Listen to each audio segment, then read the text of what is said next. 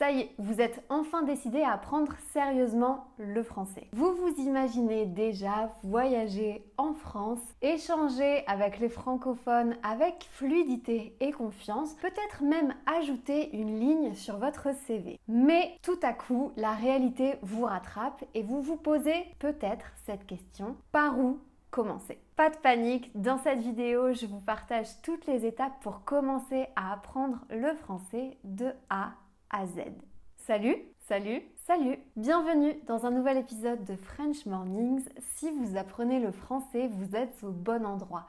Je suis Elisa et sur cette chaîne, je vous aide à améliorer votre français et à parler de manière plus naturelle. N'hésitez pas à vous abonner à la chaîne et à activer la cloche pour être au courant des futures vidéos. Aujourd'hui, je vous donne 5 bonnes habitudes à adopter pour apprendre une nouvelle langue, étape par étape.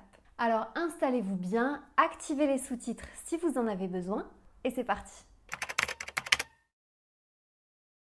Se lancer dans l'apprentissage d'une nouvelle langue, c'est se lancer dans une aventure qui n'est pas toujours facile. Vous êtes sûrement très motivé, mais vous ne savez juste pas par où commencer. La bonne nouvelle, c'est que quelle que soit la langue que vous souhaitez apprendre, il existe quelques conseils assez universels à suivre. Étape numéro 1, des bases solides. Pour que ce ne soit pas compliqué trop vite, l'idéal c'est de commencer par un programme spécial débutant. C'est ce qui va vous permettre de construire une bonne base. Pour cela, vous pouvez utiliser beaucoup de plateformes de langue qui sont disponibles sur Internet, mais celle que je vous recommande particulièrement, c'est Lingoda. Si vous suivez la chaîne depuis un moment, vous savez que c'est une plateforme que j'aime beaucoup et je remercie Lingoda de sponsoriser à nouveau cette vidéo. Ce que j'aime sur Lingoda, c'est que les cours sont tenus par de vrais professeurs natifs qui sont vraiment adorables. Les cours sont de très bonne qualité et les professeurs sont très motivants et surtout attentifs à faire parler tous les élèves. Avant de commencer, vous pouvez choisir de faire un test pour sélectionner votre niveau. Vous serez sûr comme ça de suivre les cours qui sont adaptés à votre niveau. Et même après le cours, vous avez la possibilité de continuer à vous entraîner grâce à des exercices en lien avec la leçon que vous venez de faire. La carne se compra en la pescadería, la joyería, el kiosco, la carnicería. Carnicería.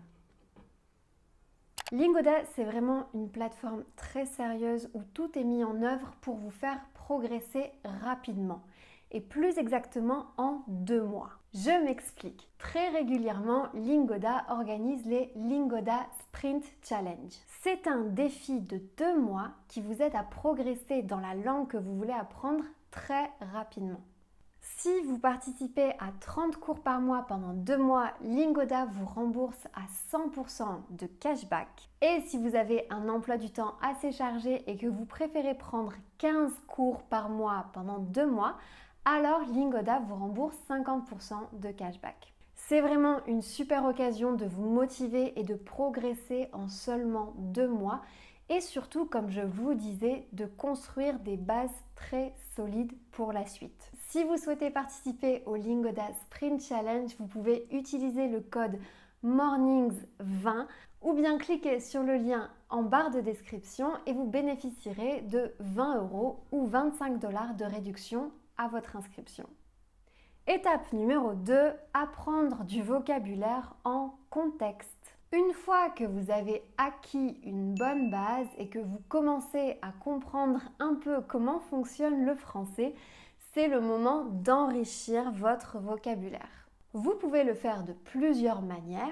Vous pouvez par exemple trouver les 1000 mots les plus utilisés en français et en apprendre pourquoi pas 10 par jour. Ça peut être un bon défi. Mais surtout, je vous conseille d'apprendre le vocabulaire en contexte. Quand vous apprenez un nouveau mot, répétez la phrase dans laquelle vous l'avez entendu. Ensuite, essayez de l'utiliser dans une phrase à vous ou bien dans un texte. C'est la meilleure manière de retenir un nouveau mot. Vous pouvez aussi écrire tous les nouveaux mots que vous apprenez dans un petit carnet et le relire tous les soirs. À force d'écouter, répéter et écrire, vous allez mémoriser très rapidement. Étape numéro 3, se fixer un moment dans la journée. Le secret pour progresser rapidement dans une nouvelle langue, c'est d'y passer du temps et d'être régulier. Mais avec le travail, les amis, la vie sociale, la famille, les enfants, les animaux peut-être, c'est parfois difficile de trouver un peu de temps pour soi. Alors souvenez-vous que ce qui fonctionne pour certains ne fonctionnera pas forcément pour vous. La façon dont vous apprenez n'est pas forcément celle qui correspond à tout le monde. Il faut que vous trouviez ce qui fonctionne pour vous. Certains préfèrent travailler le matin et travailler particulièrement la prononciation. D'autres préféreront travailler plutôt le soir et se concentrer sur la compréhension.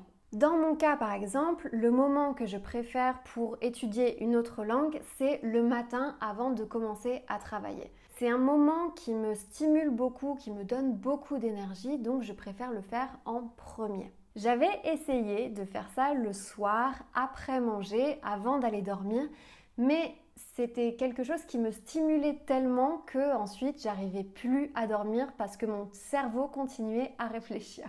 Donc essayez d'identifier le moment de la journée qui fonctionne le mieux pour vous et que vous saurez garder dans le temps.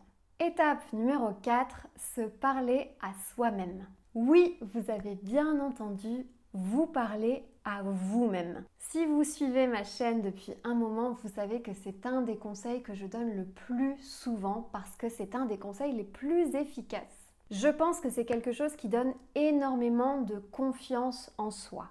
Et la confiance en soi, c'est vraiment un des ingrédients clés quand on apprend une nouvelle langue. Il faut vraiment en mettre une bonne dose.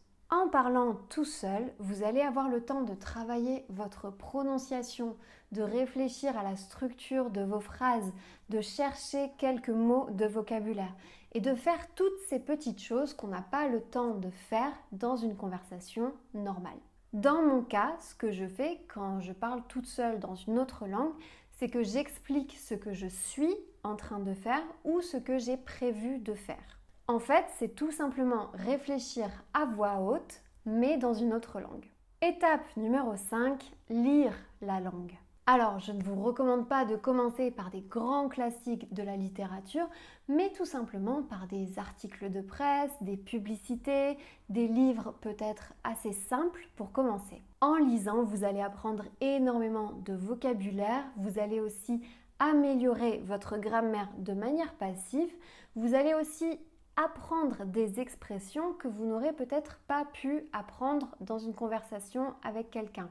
Et si vous avez une mémoire un peu visuelle, vous allez aussi beaucoup vous améliorer en orthographe. Et en français, c'est assez important. Donc n'ayez pas honte de commencer par des livres pour enfants ou pour adolescents. C'est très très bien quand on commence une nouvelle langue. Et j'ajouterai même, lisez à voix haute. Encore une fois. Le but, quand on apprend une langue étrangère, c'est pas de comprendre simplement, c'est vraiment de parler. Donc profitez de toutes les occasions possibles. Lisez à voix haute tout ce que vous trouvez. Par exemple, dans mon cas, quand je travaillais sur ma prononciation en anglais, je m'amusais à prendre des pages Wikipédia complètement au hasard et à lire à voix haute. Coffee is a beverage prepared from roasted coffee beans. Darkly colored, bitter, and slightly acidic, coffee has a stimulating effect on humans, primarily due to its caffeine content. Et en ce moment, je suis au Portugal et dans l'appartement que j'ai loué, j'ai trouvé ce livre. Donc je m'amuse aussi à lire à voix haute en portugais. Estou a aprender cerca de 20 palavras italianas por dia. Estou sempre a estudar, a consultar minhas fichas, enquanto passeio pela cidade, esquivando meus peões locais. Pour résumer, voici les meilleures habitudes à adopter si vous commencez l'apprentissage du français. Renforcer les bases, apprendre du vocabulaire en contexte, trouver le bon moment pour apprendre dans la journée, parler tout seul à voix haute, lire à voix haute. Vous allez voir qu'avec ces bonnes habitudes, vous allez progresser sans faire trop d'efforts. Et maintenant, vous savez par où commencer. Merci à tous d'avoir regardé cette vidéo. N'oubliez pas que vous pouvez télécharger mon guide de prononciation en français disponible dans la barre de description. Et je suis curieuse de connaître vos bonnes habitudes quand vous apprenez une nouvelle langue. Dites-moi ça en commentaire. Et je vous dis à très bientôt.